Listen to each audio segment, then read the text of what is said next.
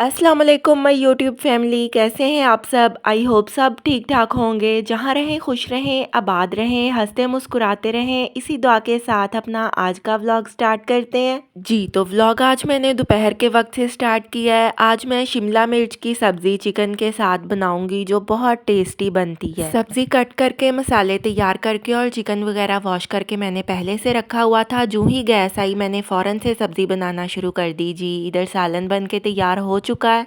Chicken के साथ शिमला मिर्च की सब्ज़ी में आलू भी ऐड किए हैं। आज मैंने चिकन और शिमला मिर्च की ये जो सब्ज़ी बनाई है, इसकी कंप्लीट रेसिपी मसालों की कंप्लीट मेजरमेंट के साथ शेयर नहीं की, क्योंकि मैं अपनी पिछली एक वीडियो में शिमला मिर्च की सब्ज़ी को दही और चिकन के साथ बनाने का तरीका बहुत डिटेल से शेयर कर चुकी हूँ। इस तरीके से ये सब्ज़ी बहुत टेस्टी बनती है। इस रेसिपी का लिंक डिस्क्रिप्शन में मौजूद है, ज़रूर देखिएगा। साथ मैंने सिंपल दही में भुना पिसा हुआ ज़ीरा, थोड़ी सी काली मिर्च और थोड़ा सा नमक ऐड करके उसे स्मूथ करके रायता बना लिया है। अच्छा, मेरी बेटी आज स्कूल जाने से पहले मुझे कह के गई थी कि मामा लंच में आप शिमला मिर्च बनाइएगा चिकन के साथ, उसे बहुत पसंद होती है। जी तो इधर मानो काफ़ी दिन से ज़िद कर रही थी कि मुझे चूड़ियाँ चाहिए। इसे चूड़ियाँ बहुत पसंद होती हैं, ये कभी भी अपने बाजू खाली नहीं रखती। मैं इसे कांच की चूड़ियाँ नहीं लेके देती, क्योंकि जब वो टूटती हैं तो फिर बच्चों के लग जाती हैं और बाजू पे ज़ख़म वगैरह होने का ख़तरा होता है। मेटल की चूड़ियाँ लेके दी हैं इसे, और मेटल की चूड़ियाँ भी ये थोड़े अरसे बाद टेढ़ी कर लेती है। फिर टेढ़ी जो चूड़ियाँ हो जाती हैं वो अच्छी नहीं लगती, बुरी लगती है, और फिर ये पहनती नहीं है, उतार के फेंक देती है। जी तो मानो के लिए चूड़ियाँ लेने के साथ मैंने अपने लिए भी चूड़ियाँ ले ली हैं, क्योंकि मुझे खुद भी चूड़ियाँ पसंद होती हैं। इधर ये मैंने ग्रीन कलर में ली हैं और रेड कलर में सिंपल चूड़ियाँ ली हैं। ग्रीन कलर की जो चूड़ियाँ हैं वो मेटल में है, और रेड कलर की जो मैंने अपने लिए ली हैं वो कांच में है। जी तो इधर ये बास्केट्स में देख रही थी, ये मुझे बहुत ही खूबसूरत लग रही हैं। स्क्वायर शेप में भी हैं और राउंड शेप में भी हैं। गोल्डन और ऑफ वाइट कलर में है और बहुत ही खूबसूरत लग रही हैं। ये तो मम्मा पापा लाए थे। मम्मा पापा लाए थे।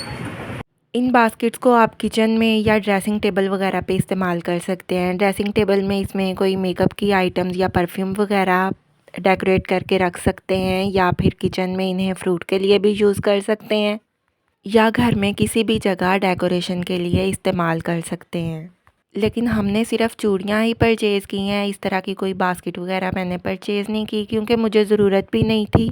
और चूड़ियों के तो इधर बहुत ही प्यारे प्यारे से कलर्स हैं, ये मल्टी कलर्स में मुझे बहुत पसंद आ रही हैं। और चूड़ियाँ ख़रीदने के बाद इधर हम जूतों वाली शॉप पे आए हैं। मुझे और मेरी बेटियों को घर पहनने वाले जो जूते होते हैं, चप्पल होती है, उसकी ज़रूरत थी। मेरा जो जूता है घर पहनने वाला वो काफ़ी घिस चुका है, और उससे पानी वाली जगह पे काफ़ी दफ़ा मेरा पाँव स्लिप हुआ है, और मैं बड़ी मुश्किल से गिरते गिरते बची हूँ, क्योंकि जूता जब पुराना हो जाता है तो घिस जाता है। जी हम सब ने इधर से जूते लिए हैं, मानो ने भी जूता लिया है। अच्छा, घर पहनने के लिए जो मैं जूते परचेज़ करती हूँ अपने लिए या अपनी बेटियों के लिए, जो आम रूटीन में घर में ही पहनने होते हैं, वो कभी भी मैं ज़्यादा महंगे ब्रांड के नहीं लेती। आम लोकल जूते ही ले लेती हूँ, लेकिन अच्छी क्वालिटी में लेती हूँ। अच्छा, मैं अपने और बच्चों के कपड़े, ड्रेसेस और जूते वगैरह उतने ही परचेज़ करती हूँ, यानी उतने ही कपड़े बनाती हूँ जिनकी ज़रूरत होती है। और बहुत ज़्यादा महंगे कपड़े या जूते भी नहीं मैं लेती, ख़ास तौर पे जो घर आम पहनने के लिए ड्रेसेस बनाए जाते हैं, जो सीज़नल ड्रेसेस होते हैं, यानी एक दफ़ा गर्मियों के शुरू में लिए जाते हैं और एक दफ़ा सर्दियों की शॉपिंग सर्दियों के स्टार्ट में की जाती है। और मेरा शॉपिंग करने का तरीका है कि मैं किसी एक शॉप में ही जाके वहाँ से ही सारे ड्रेसेस वगैरह परचेज़ नहीं कर लेती। मैं मुख्तलिफ़ शॉप्स पे और मुख्तलिफ़ जगहों से चीज़ों की प्राइसेस मालूम करती हूँ और जिस जगह पे मुझे जो चीज़ ज़्यादा रीज़नेबल प्राइस में और सस्ती मिल रही होती है वो चीज़ मैं वहाँ से परचेज़ करती हूँ। हाँ, लेकिन साल में 1 या 2 ड्रेसेस जो हैं वो मैं अच्छे वाले ब्रांडेड ज़रूर बनाती हूँ। जी, तो इधर हम बाहर आए थे आइसक्रीम खाने के लिए। बच्चों की काफ़ी दिनों से फ़रमाइश थी कि हमने आइसक्रीम खानी है।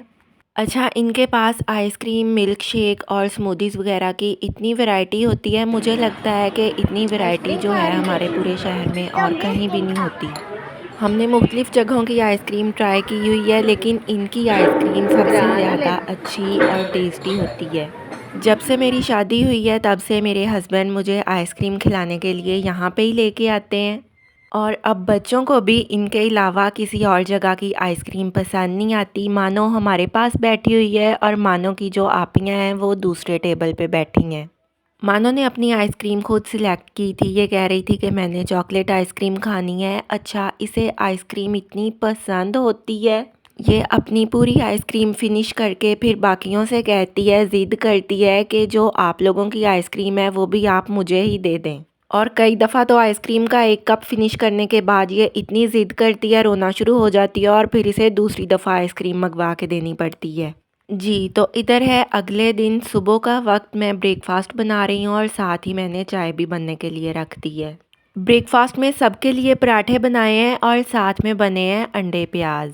अच्छा, 2-3 दिन से दोबारा बारिशें स्टार्ट हो गई हैं। कल रात को तो इतनी तेज़ वाली बारिश हुई और परसों भी बहुत ज़्यादा बारिश हुई और सर्दी आ चुकी है।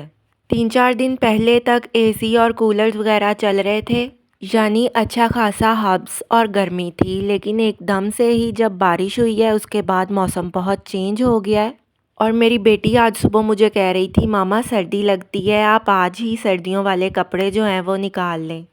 अच्छा, जब मौसम चेंज होता है, जैसे अब गर्मी ख़त्म हुई है और सर्दियों वाले कपड़े जो है निकालने हैं, ये भी बहुत ज़्यादा काम हो जाता है। सुबह से ये काम मैं शुरू करती हूँ और शाम हो जाती है, पूरा दिन लग जाता है। जैसे अब गर्मी का मौसम ख़त्म हुआ है तो सारी कबर्ड्स वगैरह से सबके गर्मियों के जो कपड़े हैं उन्हें समेटना है ताकि कबर्ड्स खाली हो जाएं और कबर्ड्स में सर्दियों के कपड़े ऑर्गेनाइज़ करके रखे जा सकें। और गर्मियों के तमाम कपड़ों को सूटकेस या बैग्स वगैरह में रख के मैं स्टोर रूम में रख देती हूँ या कबर्ड का जो ऊपर वाला एरिया है कुछ कपड़े वगैरह में ऑर्गेनाइज़ करके वहाँ भी रख देती हूँ। क्योंकि जो सीज़न ख़त्म होता है, अगर उस सीज़न के कपड़े ड्रेसेस वगैरह भी अच्छे तरीके से फ़ोल्ड करके और ऑर्गेनाइज़ करके समेटे जाएँ तो फिर अगले साल मौसम के हिसाब से दोबारा कबर्ड वगैरह की सेटिंग करनी मुश्किल नहीं होती। हमें पता होता है कि हमने कौन सी चीज़, कौन से ड्रेसेस वगैरह कहाँ पे रखे हुए हैं।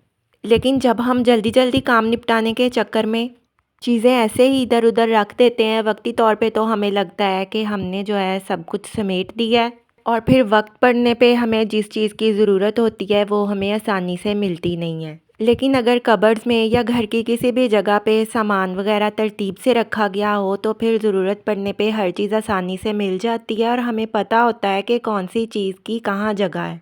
अच्छा, यहाँ मैं एक बात आपके साथ शेयर करती हूँ। अभी अभी वॉइस ओवर करते वक्त मुझे अपने मोबाइल पे एक मैसेज रिसीव हुआ।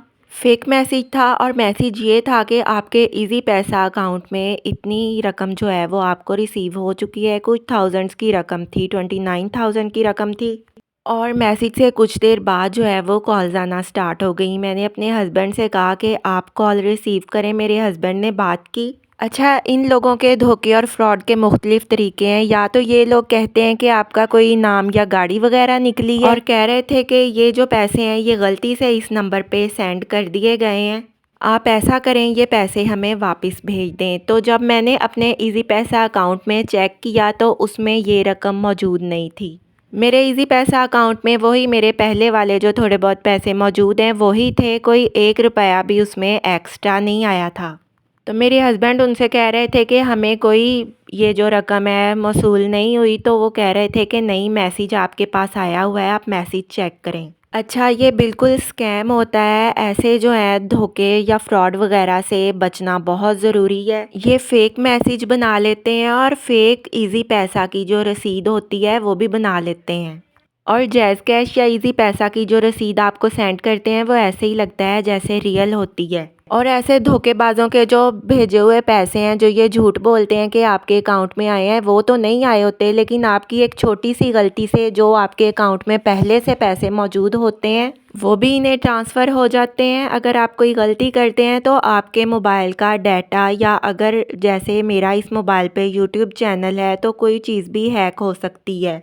अच्छा, अभी अभी मेरे साथ ये वाक़या हुआ था, इसलिए मैंने आप लोगों के साथ शेयर किया है कि अगर आप में से, मेरे व्यूवर्स में से किसी के साथ ऐसा कुछ हो तो आपको पहले से मालूम होना चाहिए, ताकि आपके साथ कोई भी धोखा या फ्रॉड ना हो सके। अच्छा, पाकिस्तान में तो इस तरह के धोखे और फ्रॉड वगैरह इतने बढ़ चुके हैं, यहाँ तक हो गया है कि किसी अननोन नंबर से अगर आपको कॉल आती है, आप वो कॉल रिसीव कर लेते हैं, तो रिसीव करने से भी आपका व्हाट्सएप, यूट्यूब या कोई भी मोबाइल का जो डाटा है वो हैक हो सकता है। अच्छा, मेरे साथ तो कभी ऐसा नहीं हुआ, क्योंकि मैं इस सिलसिले में बहुत मोहतात रहती हूँ। किसी भी अननोन नंबर से कॉल आए, मैं कॉल रिसीव ही नहीं करती। अब इस नंबर से ये जो इजी पैसा का फ्रॉड होने जा रहा था, इस नंबर से भी जो कॉल आई थी वो फिर मेरे हस्बैंड ने जो है दूसरे मोबाइल से, जो उनका मोबाइल है, इन्होंने उससे ख़ुद कॉल की और ख़ुद बात की। अच्छा, मेरा यूट्यूब चैनल है, मुझे इस चैनल पे मेहनत करते हुए 2 साल से ज़्यादा अरसा हो गया है। मैंने इस चैनल पे बहुत मेहनत की है और इस चैनल को बहुत वक्त दिया है। अच्छा, अब जब मैं देखती हूँ तो मुझे बहुत खुशी होती है कि माशाल्लाह मेरा चैनल ग्रो होना शुरू हो गया है, क्योंकि इस चैनल को चलाते हुए बहुत दफ़ा मैं हिम्मत हार जाती थी, बहुत दफ़ा मेरा सब्र जवाब दे जाता था, लेकिन फिर से मैं हिम्मत करती थी। और जो मेरे जैसे यूट्यूबर्स हैं जो इस तरह के होम व्लॉग्स या कुकिंग वगैरह के व्लॉग्स बनाती हूँ, उनका मैं यूट्यूब जर्नी देखती थी, जिससे मुझे मोटिवेशन मिलती थी और मैं फिर दोबारा से अपना काम स्टार्ट कर देती थी। क्योंकि जब हम दिल से और ईमानदारी से मेहनत करते हैं तो अल्लाह पाक हमें हमारी मेहनत का फल ज़रूर देते हैं। लेकिन जब तक लोग हमें देखते हैं, चाहे 2 साल गुजर जाएं, 3 या 4, लोग देखते हैं कि ये तो ऐसे ही बस खप रही है, कोई इसे फ़ायदा तो हो नहीं रहा, तो उन्हें कोई हमसे लेना देना नहीं होता। लेकिन यही लोग जब आपकी ग्रोथ देखते हैं, आपको ज़िंदगी में आगे बढ़ता हुआ देखते हैं, तो इनमें जो है हसद और जलन बहुत बढ़ जाती है, और फिर ऐसे लोग आपके ख़िलाफ़ साजिशें करना शुरू कर देते हैं। लेकिन कोई भी किसी का कुछ नहीं बिगाड़ सकता जब तक अल्लाह ताला ना चाहें।